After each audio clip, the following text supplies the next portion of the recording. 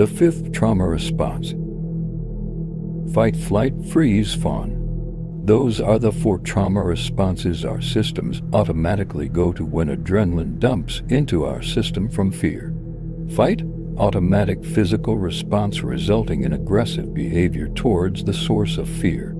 Flight, running away, sometimes differently into danger. Freeze, the inability to force limbs into movement. Fawn, the innate desire to please the aggressor into not harming you. Devin was always pushing me into my trauma response. He loved to watch me fall over myself to please him in a way that would get him to stop hurting me. You can't control your trauma response without years of training, and I didn't have that option. Every time I placated him with pleas of love and devotion while he told me to lick his boot like a good girl, I wanted to throw up, but I couldn't help it. His saccharine thick voice telling me to lick them clean while his fist stayed tight in my hair, pushing my face to his steel-toed boot saturated in the blood from my nose. Lick my blood off his boot and beg for mercy. That's how he liked me best. Groveling, chastised, prone for his abuse. Oh, how I owed him. I couldn't escape. He made sure of that. When we met, he was 25 and I was only 17. Sure of myself when he told me I was an old soul, and he would help me grow into the woman he saw inside me. I didn't have much confidence. I was abandoned to foster care as a young child, bounced from abusive home to abusive home, touched by foster parents, touched by other foster kids, my body just something to be used because I never fought back, never told anyone. I was ripe for his attention. And something dark and twisted in him knew I was perfect for his particular breed of debasement. Once he shut the door of his house, it was the end of my freedom. The windows had bars on them for protection. The back door had a fridge blocking its use entirely. The only way out was through the door he locked, a deadbolt only he had the key to. That was the first day I truly understood the depravities I'd experienced as a child were just one wave of the ocean of suffering I was about to endure. The things he did to me aren't worth putting in writing. I don't want any more sick fucks getting ideas from my torment. Suffice to say, he was a master of the fine arts of torture. That's all you need to understand. When he went to work, the door was locked, no phone or way to get attention.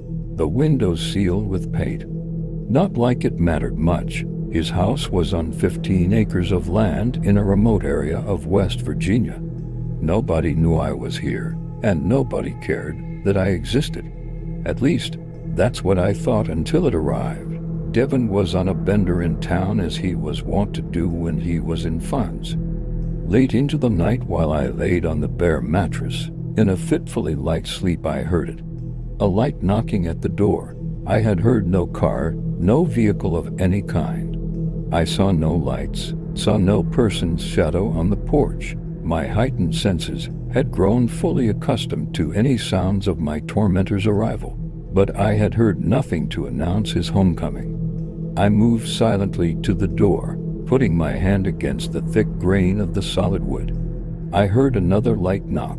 Then what sounded like something scratching slowly down the top to the area the locks were. I backed away, fear fully taking hold.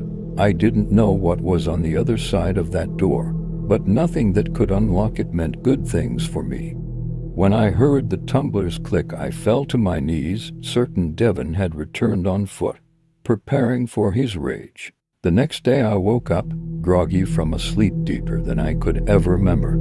My eyes hurt in the bright sunlight, my limbs numb and sore. That was nothing new. The bruising I always bore ensured my body was always in a state of unease. This was a different kind of discomfort. I felt something new. I had a vague memory of the night before. Dark night sky, red eyes, blood, pain, fear. It was different from my normal nightmares, but only mildly so. I stumbled into the bathroom and was shocked at the appearance of my face in the remaining shards of mirror Devin hadn't yet used on me. My face was pale and my eyes looked like Devin had beaten me, but only in the whites. No bruising around my eyes to give away the damage they were showing. It was confusing but didn't matter.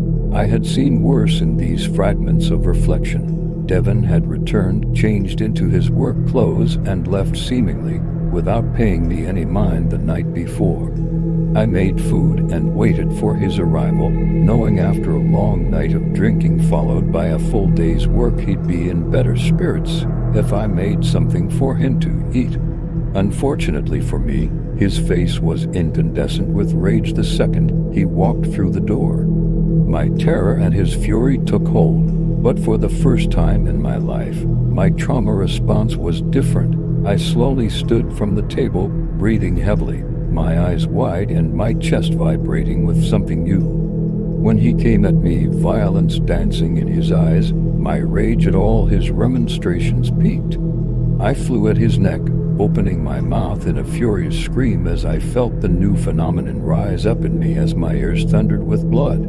I never knew there was a fifth trauma response until tonight. The creature that visited me last night didn't come to hurt me, it came to bestow upon me something powerful, something magnificent. It took away my desire to fawn and replaced that simpering placation with a new trauma response, not fight, flight, freeze, or fawn. My new response was fangs. As I sunk my new sharp teeth into Devon's thick neck, I truly understood the pleasure he took from my fear. I felt the nature of his emotions flow into me as I drained him of life, my newfound power coursing through my body, thrumming through my veins like fire. It was a welcome feeling, as his strength weakened mine soared. When I dropped his exsanguinated carcass at my feet, my eyes went to the door he hadn't bothered closing before storming to his death. There stood my savior, the creature who had given me this beautiful gift. It extended one gnarled wing-like appendage my way and said in a deep, gravely voice, "There are others who demand payment for their crimes, are there not?" I smiled and walked to it. No limp or pain in my body remained, only this new strength. Yes, I think there certainly are.